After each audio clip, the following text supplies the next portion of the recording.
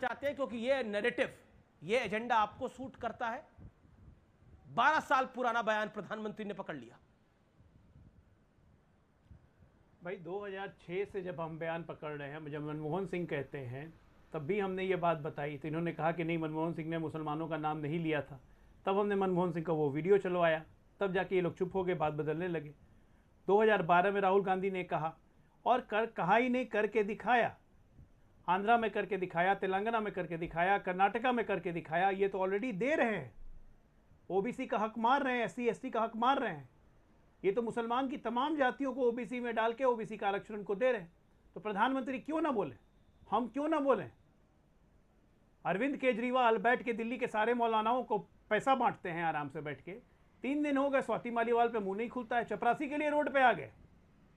सिसोदिया जी लोग का एजेंडा देखिए, क्या क्या एजेंडा है। सिसोदिया जेल गया, रोड पे नहीं आए। सत्येंद्र जेल गया, रोड पे नहीं आए। चपरासी जेल गया, चपरासी जेल गया, रोड पे आ गए। विवेक विवेक विवेक विवेक आपकी जब टर्न आएगी, आपकी जब टर्न आएगी तब आप बोलिएगा। अभी डॉक्टर अजय, और मदरसों में स्टाइपेंड फिक्स किया है तेलुगु देशम पार्टी ने। अरे एक मिनट रुकिए ना, आपकी बात क्या है भाई? मुझे ये नहीं समझ में आता है अमिश, मुझे ये समझ में नहीं आता है।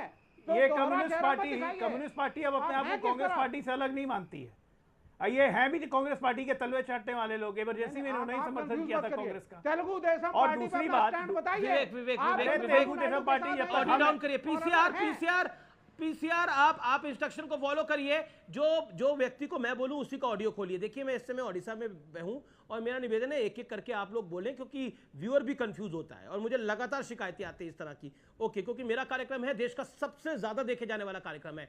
आप आर पार में आते हैं और बाकी चैनलों के आप 5 कार्यक्रम में चले जाए तो बराबर है। और मैं ये फैक्ट्स और फिगर्स के साथ बोल रहा हूं, इसलिए मेरा निवेदन है, ये डॉक्टर अजय आलोक के वक्त है, उन्हें 25 सेकंड अनइंटरप्टेड दीजिए। डॉक्टर अजय आलोक, क्या फिर दूसरे राउंड, आखिरी 2 राउंड के लिए आपने खेल को बनाने की कोशिश करी है मुस्लिम आरक्षण को लाके? That's my question.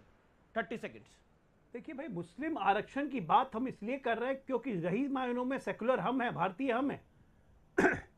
जो मुस्लिम आरक्षण या हिंदू आरक्षण की बात कर रहा है वो सेकुलर है ही नहीं। ये लोग तो हाईली कम्युनल हैं, तुष्टीकरण की राजनीति करके मुसलमान सिर्फ करना है और हिंदुओं का हक छीन के मुसलमानों को देना है। जो करते हैं 70 साल की राजनीति का इनका ठीक है। तो इस बात को अगर हम जनता के सामने ले जाएंगे तो हम तुष्टीकरण कहां कर रहे हैं? हम तो सच्चाई सामने ले जा रहे हैं कि देखो ये इनका गवर्नेंस है, ये इनका सरकार चलाने का तरीका है। ये बिल्कुल नंगा खेल खेल रहा है। लेकिन ये बयान सामने के वोटों के लिए इनको देश बेचना पड़े, देश बेच देंगे। जी, ये आपका बड़ा आरोप है। मेरे साथ सुनील यादव साहब हैं, मैं उनका रुख करता हूं। Sunil Yadav, politics of convenience हम अक्सर कहते हैं कि है, ये पॉलिटिक्स ऑफ कन्वीनियंस विपक्ष को भी सूट करती है। सुनील जी, क्या आपको लगता है कि ये जो मुद्दा बन रहा है और इसमें पब्लिक का रिएक्शन भी है, ऐसा नहीं है कि रिएक्शन नहीं है, ये मुद्दा ग्राउंड पे भी है, क्या आपको लगता है कि जिस आरक्षण की आप लोग बात कर रहे हैं, या फिर आपके नेता, इंडिया अलायंस के नेताओं ने पहले बात करी, या बैकग्राउंड में बात कर रहे हैं, या बीजेपी इसको पकड़ रही है, वो आपको नुकसान पहुंचा सकता है इस चुनाव के अंदर? सुनील जी। देखिए अमीश जी, देश में और जमीन पे मुद्दा क्या है? यह सच है कि इस देश के चुनाव में मुद्दे जमीन पर हैं। मुद्दा महंगाई है, बेरोजगारी है, देश की सीमाएं हैं, लोकतंत्र है। जो ओबीसी एससी का आरक्षण छीनने की साजिश आरएसएस और भारतीय जनता पार्टी कर रही है, वो मुद्दा है। संविधान मुद्दा है। हम मुद्दों से नहीं भाग रहे हैं।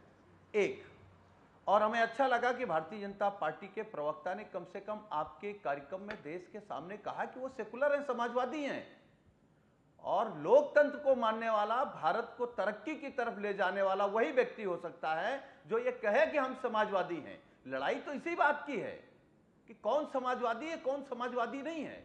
ये देश समाजवादी व्यवस्था से चलेगा। लेकिन अब आप बताइए, अब आपके सुनील जी, अब आपके जी, बिल्कुल नागपुर की व्यवस्था से देश चल नहीं सकता, संविधान की व्यवस्था से चलता है। मैं सुनील भाई आप ही के पास, दोबारा आप ही के पास आ रहा हूं, कहीं और नहीं जा रहा। देखिए नागपुर की व्यवस्था से देश चल ही नहीं सकता, देश अंबेडकर साहब के संविधान से चलेगा। लेकिन कांग्रेस कहती है वो संविधान भी तो हमारी देन है। अगर कांग्रेस संविधान ना बनाती तो नरेंद्र मोदी चाय वाला प्रधानमंत्री ना होता। प्रियंका जी ने बात बोली। अब बताइए, अंबेडकर साहब की देन नहीं है, कांग्रेस की देन है ये तो संविधान। तो मतलब संविधान पे भी कॉपीराइट क्या पारिवारिक होगा?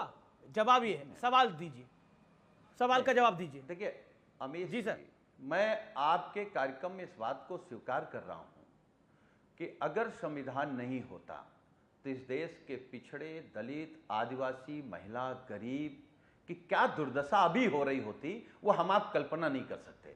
तो संविधान हमारे लिए गीता, कुरान और रामायण से बढ़ करके है। अगर हम मुद्दे की बात करें अमीश जी, जैसे आपने जब ओपनिंग की और आपने कहा एक ब्रेकिंग न्यूज कि प्रधानमंत्री जी ने यह बोल दिया, प्रधानमंत्री जी का कोई भी बोला हुआ बयान जमीन पर ब्रेकिंग न्यूज नहीं बन पा रहा है, क्योंकि वो कभी मुसलमान बोलते हैं, कभी मंगलसूत्र बोलते हैं, कभी गाय पे बोलते हैं, कभी भैंस पे बोलते हैं, कभी कमरों पे बोलते हैं, कभी बंटवारे पे बोलते हैं, कभी पाकिस्तान पर बोलते हैं, लेकिन महंगाई पे कभी नहीं बोलते, बेरोजगारी पे कभी नहीं बोलती, किसान की जवाब लेते हैं, जवाब लेते हैं, कभी नहीं बोलते। सुनील जी, मैं आपको ब्रेकिंग न्यूज दे रहा हूं, ब्रेकिंग न्यूज दे रहा हूं आपको जी। 4 जून को शाम को 5 बजे एनडीए गठबंधन टूट जाएगा। और दूसरे बड़ी बात, क्योंकि 8 PM माननीय मोदी जी को बहुत शुभ है, वो जरूर आते हैं टीवी के सामने। 8 PM 4 जून को 8 PM पर देश के प्रधानमंत्री इस्तीफा देंगे देश के सामने। ठीक है, ये दोनों बातें याद रखिएगा। नहीं तो मतलब अब कांग्रेस की कृपा हुई, जी डॉक्टर अजय आलोक, कांग्रेस की कृपा हुई तो नरेंद्र मोदी प्रधानमंत्री बने। अगर संविधान नहीं होता तो कांग्रेस ने ही लोकतंत्र दिया देश के अंदर। आपको तो धन्यवाद का एक ज्ञापन देना चाहिए गांधी परिवार को। कब देने जा रहे हैं? अमीश जी वो कहावत सुनी है ना आपने, अजल गगरी छलकर जाए। जब अपने इतिहास की जानकारी अच्छे से नहीं हो तो ऐसी तरह की बकवास नहीं करनी चाहिए, लेकिन प्रियंका गांधी कर सकती है, वो गांधी परिवार से आती है, कर सकती है। देश का संविधान हम लोग थकते हुए नहीं कहते हैं, चाहे ये हमारे समाजवादी पार्टी के मित्र हों चाहे कोई हो, कि अम्बेडकर ने हमें संविधान दिया, अम्बेडकर ने संविधान दिया। संविधान सभा की बात करते हैं, अम्बेडकर का संविधान, और आज कांग्रेस की ही संविधान हो गया। अरे संविधान की सबसे बड़ी दुश्मन तो कांग्रेस पार्टी है। कितने बार संविधान तोड़ा? मुलायम सिंह यादव जेल गए थे, संविधान टूटा था कि नहीं जब इमरजेंसी लगी थी? 112 बार धारा 356 का उल्लंघन हुआ कि नहीं? संविधान टूटा कि नहीं? शाहबानो केस में पूरा का पूरा संविधान पलट दिया, संविधान का उल्लंघन नहीं हुआ। देश में जितनी बार संविधान को छेड़ा है, संविधान की अवमानना की है, संविधान की उल्लंघना की है, तो वो कांग्रेस पार्टी है। और आज ये घमंडिया बैठ के कांग्रेस पार्टी की गोद में गाना गा रहे हैं, गाने दीजिए, लेकिन ये बाबा साहब का अपमान है विवेक, और ये देश का दलित बर्दाश्त नहीं करेगा। नंबर 1 बाबा। ओके विवेक जी, एक संक्षेप में मेरा निवेदन है। विवेक जी, आपातकाल लगाया इंदिरा गांधी की सरकार ने, कांग्रेस की सरकार ने सन 1975 में। 1976 में 42वां संविधान संशोधन हुआ, संविधान का करीब 20% हिस्सा बदला गया। 1986 में राजीव गांधी की सरकार ने संसद के जरिए शाहबानो पर सुप्रीम कोर्ट का फैसला पलट दिया। यूपीए के शासन में कैबिनेट के बराबर नेशनल एडवाइजरी काउंसिल बनी। चौथा तथ्य यह है, इस समय सबसे बड़ी बात यह है, नेशनल एडवाइजरी काउंसिल जिसमें लेफ्ट के कुछ आइडियोलॉग्स थे। अब बताइए, प्रधानमंत्री से ऊपर एक काउंसिल थी इस देश के अंदर, वो कितना संवैधानिक था?